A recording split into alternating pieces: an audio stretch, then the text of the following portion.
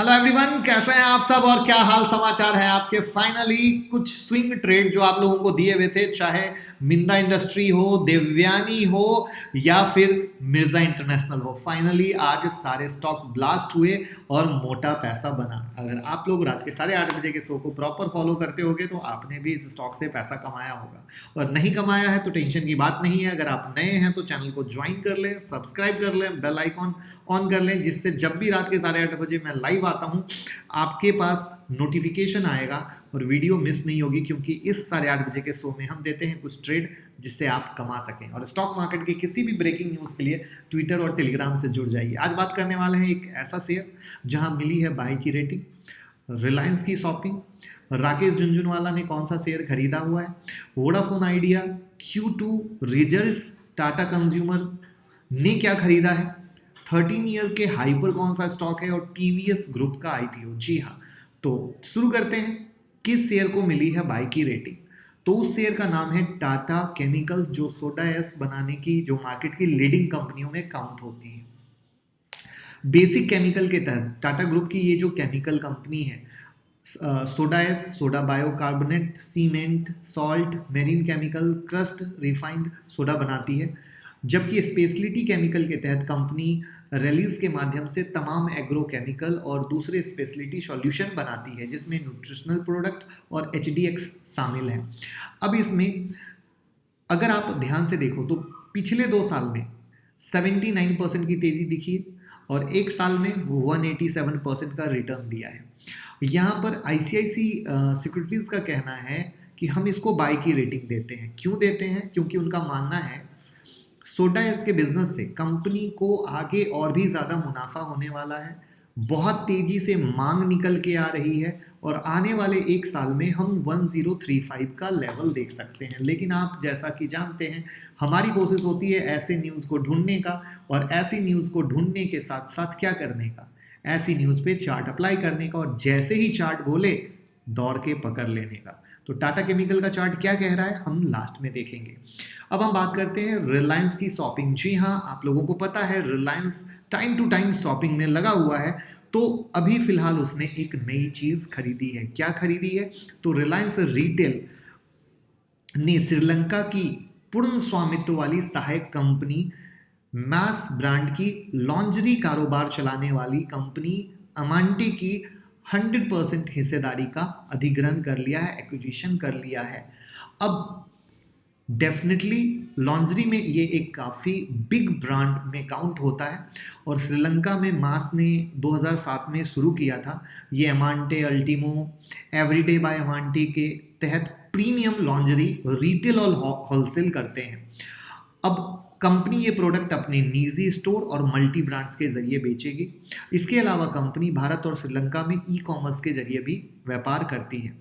यहाँ पर रिलायंस नहीं रुकी है, इसके अलावा उन्होंने एक्ट्रोसेबर एक्टिव होलसेल का भी अधिग्रहण किया है, जो ऑनलाइन लॉन्जरी स्टोर जीवा में चलाती है। इसी तरीके से अगर आपको पता हो तो 19 अक्टूबर को उन्होंने रीति कुमार के फर्म रीतिका प्राइवेट लिमिटेड का भी एक्विजिशन किया था। वो कितने में हुआ था इस बात का खुलासा नहीं हुआ था। और इससे पहले उन्होंने मनीष मल्होत्रा की MM स्टाइल प्राइवेट लिमिटेड में भी 40% की हिस्सेदारी खरीदी थी। तो कुल अगर आप देखो तो फैशन सेगमेंट में वो सारे बड़े बड़े ब्रांड का अधिग्रहण कर रहे हैं। रीज़न एक बेहतरीन सर्विस देना, एक बेहतरीन ब्रांड कलेक्शन होना, जो सिर्फ और सिर्फ रिलायंस रिटेल के अंदर हो, जिससे एक बेहतर रेवेन्यू जनरेट हो सके। तो ये वो चीज़ें हैं जिसके कारण मैं हमेशा कहता हूं कि रिलायंस को 5 साल 10 साल के नज़रिए से अगर आप देखते हैं तो एक SIP मोड का शेयर है। SIP मोड यानी हर घटे में लेना। अब हम बात करते हैं राकेश झुनझुनवाला ने क्या खरीदा। देखिए, सितंबर 2021 तिमाही में देखें तो एक शेयर ऐसा है जिसकी मार्केट में डिमांड है और रियल एस्टेट सेक्टर में बूम मचा हुआ है। वो शेयर है इंडिया बुल्स रियल एस्टेट। उन्होंने ये खरीदा है। अब यहाँ पर क्यों बुलिश है, मार्केट में क्या चल रहा है, ये जानने की, समझने की कोशिश कीजिए, जिससे चार्ट में जब एक्शन बनेगा तो आपको मिलेगा पूरा मौका। होम लोन की कम ब्याज दर, जो रेसिडेंशियल हाउस हैं उनकी मांग में बहुत ही तेज़ बढ़ोतरी, बहुत सारी स्टेट गवर्नमेंट नए घर को खरीदने पर टैक्स छूट का ऐलान करने वाली है। वहां पर इन सब चीजों के मद्देनजर जिस तरीके की रियल एस्टेट की बूम मची हुई है, वहां पर ये शेयर भी बहुत अच्छा कर सकता है। तो इन चीजों के मद्देनजर इंडिया बुल रियल एस्टेट एक बहुत अच्छा शेयर लगता है। लेकिन वही मेरी बात कि क्या सिर्फ इस न्यूज पे हम खरीद लेंगे? मेरा आंसर है नो। बल्कि अगर हमें चार्ट में एक्शन दिखे तो लेना बहुत ही फायदेमंद होगा। तो चार्ट क्या कहता है हम देखेंगे लास्ट में। अब हम बात करते हैं वोडाफोन आइडिया Q2 रिजल्ट की। देखिए, वोडाफोन आइडिया ने जो Q2 रिजल्ट्स दिए हैं, नेट लॉस 7,132 करोड़ का दिया है, जबकि प्रीवियस जून क्वार्टर में ये जो लॉस था 7,319 करोड़ का था, यानी लॉस कहीं ना कहीं थोड़ा कम हुआ है। ऐसी कंपनी जो लगातार लॉस कर रही है उनके लिए थोड़ा भी कम होना एक प्रॉफिट के बराबर काउंट होता है, ये मेरा मानना है। उसके बाद इनका जो रेवेन्यू है उसमें 13% की गिरावट आई है, लेकिन जो सबसे अच्छी चीज निकल के आई है, एवरेज रेवेन्यू पर यूजर यानी ARPU वो इंप्रूव्ड हुआ है 109। पहले ये था 104। Again it's good news. और जैसा कि लगातार आप देख रहे हैं इधर में वोडाफोन आइडिया, जिसमें पहले खबर आई थी खबर आई थी, अभी ऑफिशियल नहीं है, कि प्रमोटर पैसा डाल सकते हैं। उसके बाद प्रमोटर बैंकों से बात करने वाले हैं कि भैया कुछ, जैसे सरकार ने हमें छूट दी है, आप भी हमें कुछ छूट दीजिए, हम बेहतर करेंगे, हम मार्केट में रहेंगे। तो ये कई सारी चीज़ें हैं जहाँ पर पूरी कोशिश में लगी हुई है वोडाफोन आइडिया। और वहीं पर एक और मीडिया रिपोर्ट है जहाँ पर वोडाफोन आइडिया SBI से लोन के रिगार्डिंग बात करने वाला है या बात कर रहा है। तो अभी तक ऑफिशियल कुछ नहीं है, लेट्स सी। लेकिन मेरा ये मानना है कि अगर बाहर से इन्वेस्टर के पैसे इसमें आते हैं तो डेफिनेटली एक बहुत बड़ा पॉजिटिव साइन होगा, क्योंकि सरकार के अच्छे खासे सपोर्ट के बाद भी अभी तक इसमें पैसे नहीं आए हैं। ये एक बहुत ही देखने वाली बात है। जहां तक लोग पूछेंगे सर क्या खरीद लें, मैं कहूँगा यही जो पुरानी बात, एक पेनी स्टॉक की तरह लें और जितना डूब जाए तकलीफ ना हो, बस वही कहानी रखें। उसके अलावा कुछ दूसरी कहानी आती नहीं है, क्योंकि कुछ भी होगा वक्त लगेगा, रातों रात कुछ नहीं होगा। पैसे आ जाएंगे, किसी इन्वेस्टर ने डाल भी दिए तो 2 दिन 4 दिन रैली चलेगी, लेकिन उसके बाद वही कहानी। क्यों? क्योंकि ओवरऑल प्रॉफिट आना मेरे दोस्त, ये हमेशा याद रखिएगा। अब बात करते हैं टाटा कंज्यूमर ने क्या खरीदा। तो टाटा कंज्यूमर ने टाटा स्मार्ट फूड्स लिमिटेड का अधिग्रहण कर लिया, 100% एक्वायर कर लिया 395 करोड़ में। 2019 में शुरू हुआ था, रेडी टू ईट मार्केट में नंबर 2 प्लेयर है। वहाँ पर इनका जो ब्रांड नेम है टाटा क्यू के नाम से है, जो pasta, noodles, biryani combo meals provide करते हैं। और इस तरीके से टाटा कंज्यूमर भी लगा हुआ है अपने आप को बेहतर करने के लिए कि बेहतर से बेहतर हम मार्केट में पकड़ शामिल कर सकें। अब टाटा कंज्यूमर का चार्ट क्या कह रहा है उसको हम देखेंगे लास्ट में। अब हम बात करते हैं 13 ईयर्स के हाई पर कौन सा स्टॉक है। जी हाँ, एक स्टॉक ऐसा जो 13 ईयर के हाई पर है, और उसकी हम बात कर रहे हैं मुंबई की इलेक्ट्रिक इंजीनियरिंग कंपनी भारत बिजली, जो कुछ दिन पहले हमने आप लोगों को दिलवाया भी था, इंट्राडे में पैसा भी बना था। ये 13 ईयर के हाई पर काम कर रहा है। 2008 के बाद ये अपने हाईएस्ट लेवल पर ट्रेड कर रहा है। अगर कंपनी का जो रिजल्ट आया ना, तो कंपनी के पावर सिस्टम सेगमेंट का मुनाफा 7.16 करोड़ रहा, जबकि पिछले साल समान तिमाही में लॉस था। ये ध्यान देने वाली बात है। वहीं पर इंडस्ट्रियल सिस्टम सेगमेंट में कंपनी का मुनाफा 29.5% बढ़कर 22.92 करोड़ रहा, जो पिछले साल समान तिमाही में 17.70 करोड़ था। यानी अगेन यहाँ इंप्रूवमेंट दिखी है। तो यानी ओवरऑल अगर आप बात करें तो चीज़ें सुधरी हैं और चार्ट भी एक ब्रेकआउट पर है। तो अब भारत बिजली क्या कहती है, बिजली उसको हम देखेंगे लास्ट में, जिससे चीज़ों को हम समझ पाएं। अब हम बात करते हैं टीवीएस ग्रुप का IPO। टीवीएस ग्रुप जाना जाता है अपने 2 व्हीलर बाइक के लिए।